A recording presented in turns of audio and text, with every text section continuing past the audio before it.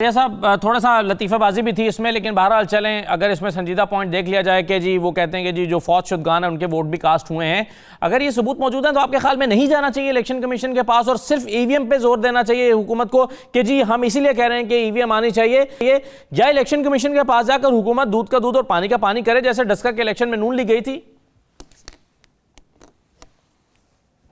دیکھیں پاکستان کی جو پالیٹکس ہے نا اس کو ہم تبصرہ کرتے ہیں ویسٹ منسٹر پالیٹکس کے ساتھ، جیسے عوام کی رائے ابھی بدل رہی ہے اور عوام کی رائے جو ہے ابھی ٹھیک ہو رہی ہے اور چلی جا رہی ہے، یہ ہو رہی ہے۔ آج سے کچھ چند ماہ پہلے جو ووٹر پی ٹی آئی کے ساتھ تھے وہی ووٹر نون لیگ کے ساتھ چلے گئے، اور جو نون لیگ کے ووٹر تھے وہ چند ماہ کے بعد اچانک جو ہے کیونکہ کینڈیڈیٹ بدل گیا، ڈاہا قبیلہ سارے کا سارا جو ہے وہ نون لیگ کے ساتھ تھا آج سے کچھ عرصہ پہلے جب ان کے میاں زندہ تھے، اور سارے کا سارا میاں دے نعرے وجن کی ہو رہا تھا، لیکن ڈھا قبیلہ اس طرف چلا گیا۔ یہ کدھر کی کون سا تبصرہ ہے بھائی؟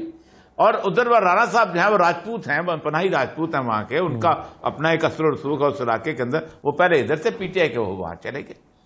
پاکستان میں کانسٹیٹوئنسی پالیٹکس کے اوپر تبصرہ ہم کرتے ہیں باقاعدہ پیرامیٹرز لگا کے کہ اتنے پرسنٹیج یہ ہو گیا، اتنے ادھر سے ہو گیا، اتنے ادھر ہو گیا۔ پاکستان کی جو الیکٹورل پالیٹکس ہے یہ بڑی گندی ہے۔ 1920 میں سب سے پہلے جب انگریز نے الیکشن کروایا تھا تو آپ کو شاید یاد بھی نہیں ہوگا کہ کون پرائم منسٹر بنا تھا، ٹھیک؟ ڈبلیو بی سنگھ ایک نام سے ان کو وہ پرائم منسٹر 48 ووٹ تھے، اور وہ اس کے بعد اس نے کانسٹیٹوئنسی بنا دی، ہم بنا کے بیٹھے ہوئے سارا کچھ چلا آ رہا ہے۔ یہ الیکشن کمیشن کی چیزیں ہی نہیں ہیں۔ یہ بنیادی طور پر آپ لاہور وال سٹی میں چلے جائیں نا، سب سے مہذب ترین علاقہ یہی ہے نا، ٹھیک؟ اور جب تو آپ کو کم از کم 100 لوگ ایسے مل جائیں گے جن کے پاس 1000 500 روپے کے ووٹ ہوں گے، اور وہ اپنے حساب سے چلے جائے، وہ 100 ادھر چلے گئے، 50 ادھر چلے گئے، وہ جیت گیا، وہ ادھر چلے گیا۔ کتنا بڑا ایجوکیٹڈ شہر ہے لاہور، آج تک آپ اس لاہور شہر میں سے ارائیں اور کشمیری کے علاوہ میئر نہیں لا سکے، وہی آئے گا، کتنا زبردست۔ اور اس کے ساتھ ساتھ آپ ایون یہاں پر الیکشن لڑتے ہوئے وہ بتاتے ہیں اتنے رائیوں کا ووٹ ہے یار، اس کو یہاں لگا دو، اتنے کشمیریوں کا ووٹ ہے، اس کو یہاں پر ٹکٹ دے دو۔ پاکستان کی پالیٹکس جو ہے وہ میرے اور آپ کے سٹائل کی جس طرح کی گفتگو کرنے کی کہ اتنے پرسنٹیج چلے گئی اور مہنگائی سے لوگ ختم ہو گئے اور یہ ہو گئے، یہ نہیں ہوتا۔ پاکستان میں دیکھیں خان صاحب کی مقبولیت ویسے کم ہوئی اور چیز ہے جی، وہ کرزما جو ہے پاکستان میں کچھ دیر چلتا ہے۔ ذوالفقار علی بھٹو کا کرزما 4-4.5 سال چلا تھا، اس کو ہم نے 77 میں دیکھا۔ حالت یہ تھی کہ حنیف رامے جیسے بندے جو تھے وہ چھوڑ چھاڑ کے اور اعتزاز احسن جیسے بندے چھوڑ چھاڑ کے ہمارے ساتھ جلوسوں میں ہوتے تھے بھٹو کے خلاف۔ تو کرزما ان کا ہے، کرزما تھا، وہ ایک خاص لیول پر چلتا ہے، آگے نہیں چلتا۔ خود آپ دیکھیں نا، اگر جو جہانگیر ترین بات ٹھیک کہتا ہے کہ اگر ساؤتھ کے ووٹ شامل نہ ہوتے تو عمران خان صاحب جو تھے اگلے 15 سال تک 20 سال تک قومی اسمبلی میں آنے کا خواب، وزیر اعظم بننے کا خواب پورا نہ ہو سکتا۔ میرا سوال یہ ہے کہ پروسیکیوشن اپنا کردار صحیح ادا کر رہی ہے؟ دیکھیں آپ کی سیریسنس تھی نا، جس وقت آپ نے اے پی ایس ہوا تھا تو آپ نے پورے ملک کے اندر عدالتیں قائم کی، عدالتیں قائم کرنے کے ساتھ آپ نے کہا کہ نہیں یہ ہمارے لیے مسئلہ ہے، ہم اس کو ٹرائی کریں گے، اور ہم نے اس کے ساتھ عدالتیں، فوجی عدالتیں کی، کچھ کی، آپ نے کر لیا۔ آپ نے وہ کورٹس بنائی ہوئی ہیں، اینٹی ٹیررسٹ کا کورٹ، ہر بندہ اٹھتا ہے اس کا بے شک مرغی گم ہو جائے وہ کہتا ہے میرا اینٹی ٹیررسٹ کورٹ میں لے کے جایا جائے۔ اب یہ میرے سامنے پورا کا پورا چلان ہے، آپ مجھ سے زیادہ بہتر جانتے ہیں کہ کیسے یہ جو چلان ہے یہ اگلے 100 سال کا چلان ہے جو ہمارا پروسیس ہے۔ آپ دیکھیں 3 تو اس میں پرائم ایکیوز ہیں۔ پہلے تو فرد جرم لگنی وہ پتہ نہیں کب لگتی ہے اور کس وقت لگتی ہے، چلو سلمان شہباز کو نکال دیں تب بھی اس کے بعد، اچھا اس کے بعد 16 کے قریب جو ہیں وہ دوسرے سیکنڈ نمبر پہ ایکیوز آ جاتے ہیں جن کے اکاؤنٹس ہیں سارے، وہ ایک ایک آئیں گے، فرد جرم لگے گی، نہیں لگتی، ظاہر بات ہر ایک کو پڑھ کے سنائی جائے گی کب جی۔ اچھا 66 کے قریب گواہ ہیں، 6 کے قریب جو ہیں وہ کو ایکیوزڈ ہیں، اس کے بعد 66 جو ہے جو سامنے لسٹ ہے 66 کے قریب گواہ ہیں، پھر اس کے بعد ریکارڈ کے وٹنسز ہیں۔ اب مجھے یہ بتائیے آپ نے کتنی کورٹیں کام کی، 3 سال آپ کو ہو گئے یہاں پر، آپ کے کتنے پاکستان کے اندر وکیل جو ہیں ختم ہو گئے، پاکستان کے کورٹ کے اندر آپ ایک لا لے کے آتے، ریکروٹمنٹ کا لا بناتے، آپ کہتے کہ ڈیلی ٹرائل کیا جائے، وہ بھائی ان کے پاس وہ سارا بلک کے صورتحال ہے، ریٹائرڈ ججز آپ اٹھا کے لگاتے ہیں، دیر از نو سیریسنس۔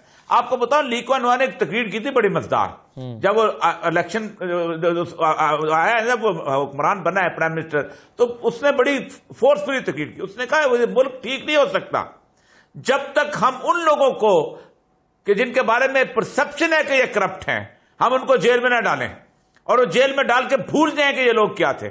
جب تک حکومت یہ نہیں کرتی کہ کون کیسے تھوکتا ہے اور کون کیسے نہیں تھوکتا اس کے اوپر بھی اس کا کنٹرول نہیں, اس وقت تک یہ ملک ٹھیک نہیں ہوگا. پہلے ملک کو ٹھیک کرو پھر ڈیموکریسیاں لاتے رہو سب کچھ ٹھیک کرتے رہو. آپ کی حالت یہ ہے کہ آپ اس میں کون دیکھیں عام آدمی بھی یہ اس بات کے اوپر کہہ سکتا ہے کہ یار یہ لوگوں کے اکاؤنٹ میں پیسے کہاں سے آ گئے یہ عام. لیکن کیا آپ نے کوئی ایسا فریم ورک بنایا لا کا؟ نہیں بنایا. میں آج بھی ایک جگہ کہہ رہا تھا کہ پولیس والوں نے اپنی پوری تفتیش تباہ کر دی اس کام پہ کہ جی بندہ مار دو امن ہو جائے گا. اب ہوا کیا کہ آپ ثبوت لے کے اس طرف چلے ہی نہیں. اگر زینب کیس میں قتل کی سزا ہو سکتی ہے, اگر موٹر وے کے کیس میں سزا ہو سکتی ہے تو آپ تفتیش کرتے تو آپ کی سزا ہو سکتی تھی. آپ نے کہا نہیں یہ تو لوگ گواہی نہیں دیتے, مار دو قتل کر دو کچھ کر دو. انہوں نے پورے کا پورا تو آپ کہہ رہے ہیں کہ سسٹم کو بہتر کرنا, سسٹم کو اسٹرینتھن کرنا, ریفارم لانا, عدالتوں کی تعداد بڑھانا, یعنی کئی چیزیں جو ہیں وہ حکومت کی ذمہ داری بھی تھی. بالکل ٹھیک ہے. یہ خان صاحب جی پیورلی حکومت کی ذمہ داری, پیورلی حکومت کی ذمہ داری ہے اور کسی کی ذمہ داری ہے ہی نہیں. بالکل صحیح ہے. آپ جال پھیلا دیں, آپ جال پھیلا دیں, 5 سال کا ریکروٹ کریں, 10 سال کا ریکروٹ کریں, جال پھیلا دیں پورے ملک کے اندر کہ ان کو راستہ ہی نہ مل سکے. ٹھیک ہے. یعنی آپ سوچیں کہ یہ چنوٹ کی مل کے اندر چنوٹ میں نواز شریف بھگت رہا ہو, فلور میں بھگت رہا ہو, پنڈی میں بھگت رہا ہو, وہاں بھگت رہا ہو, ان کو راستہ نہ مل سکے. آپ نے کیا ہی نہیں ایسا کچھ. صحیح ہے, بالکل صحیح ہے. اور قمر صاحبہ نے ابھی ایک آرگومنٹ استعمال کیا تھا کہ وائٹ کالر کرائم ہے یہ. اب قمر صاحبہ وائٹ کالر کرائم جو ہے اس میں آمدن سے زیادہ 700 میں تو بہت ساری چیزیں ایسی ہوتی ہیں جس میں واقعی بڑا مشکل ہے ٹریس کرنا. لیکن یہاں پر بینک ٹرانزیکشنز کے ریکارڈ ہے, بینکس کے نام ہیں, ٹی ٹیز کی اماؤنٹ ہے, جس نے بھیجنے والے کا نام ہے, اس کی تفصیلات ہیں, کمپنیوں کی تفصیلات ہیں, جعلی کمپنیوں کی اور فرنٹ مینوں کی, اور فرنٹ مین پکڑے ہوئے ہیں. تو یہ نسبتاً آسان کیس ہے جس میں بہت زیادہ نیب کے پاس چیزیں موجود ہیں. اور یہ صاحب کی بات کو رسپونڈ کر دیں, اور ساتھ ہی ساتھ اگلا سوال بھی کیونکہ وقت کم ہے. یہ گیس بندش ایپٹما کی ہڑتال اعلان ہو گیا, اس کو کیسے ٹیکل کریں گے؟ دیکھیں عوریہ صاحب نے بالکل صحیح بات کی ہے اور اس ڈائریکشن میں حکومت کام بھی کر رہی ہے. پرابلم ہوتی ہے ہمیں بھی اسمبلی میں. ہم نے جب ہائی کورٹ اسلام آباد ہائی کورٹ کے ججز کی تعداد بڑھانے کا بل پیش کیا تو وہ سینٹ میں جا کے آپ کو شاید معلوم ہوگا کہ وہاں سے وہ اس کو روک دیا گیا, ریجیکٹ کر دیا گیا اور کافی سارے پرابلمز ہوئے. لیکن الٹیمیٹلی ہم نے وہ بل پاس کرایا اور ابھی 2 ججز اور نے بھی وہاں پہ اوتھ اٹھایا. آپ کو اندازہ ہوگا کہ پہلے صرف 6 ججز وہاں پہ کام کر رہے تھے اور وہاں پہ کورٹس میں ججز کم ہونے کی وجہ سے ان پہ اتنا پریشر ہوتا ہے کہ وہ ایک ایک کیس کو کتنا ٹائم تک جو ہے وہ سالو نہیں کر پاتے.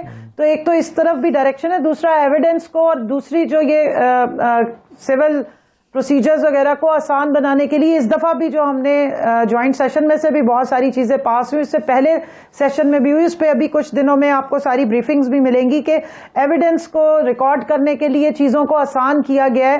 آپ کو ایک وہ کیس یاد ہوگا جس میں ایک جو ٹریفک سارجنٹ ہے ان کو ایک سفید بڑی گاڑی میں کسی صوبائی وزیر صاحب نے کچل دیا تھا اور وہ ایویڈنس کے وہ کاؤنٹ نہیں ہوئی یا مانی نہیں گئی اور ان کو باعزت بری کر دیا عدالت نے.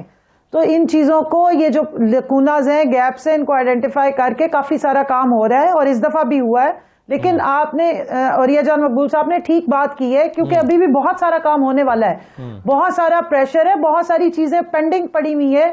اور سب سے زیادہ جو میں حیران ہوتی ہوں کیونکہ میں خود بھی یہ چیزیں فیس کر رہی ہوتی ہوں, جب آپ کے ٹاک شوز میں زیادہ بول کے جاتی ہوں تو پھر اگلے دن کوئی نہ کوئی ریٹ پٹیشن لگی بھی ہوتی ہے میرے خلاف بھی. جہاں تک گیس کی بات کی ہے, جی دیکھیں جی مختصراً پلیز, وہ فواد چودھری صاحب نے بھی بات کی, جی حماد نے بھی بات کی کہ سبسڈی پہ جو گیس مل رہی ہے وہ لے کے اگر انڈسٹری میں لوگ خود بجلی بنائیں گے جبکہ حکومت جو ہے وہ باہر سے LNG لے کر آئے تو وہ تو بہت ناممکن ہے. 2700 روپے کی گیس 300 روپے پہ آ رہی ہے. پوری دنیا میں اس وقت گیس مہنگی ہے, گیس کا کرائسس ہے. تو انڈسٹری کو بجلی پہ بھی اس وقت اضافی چھوٹ دی گئی ہے.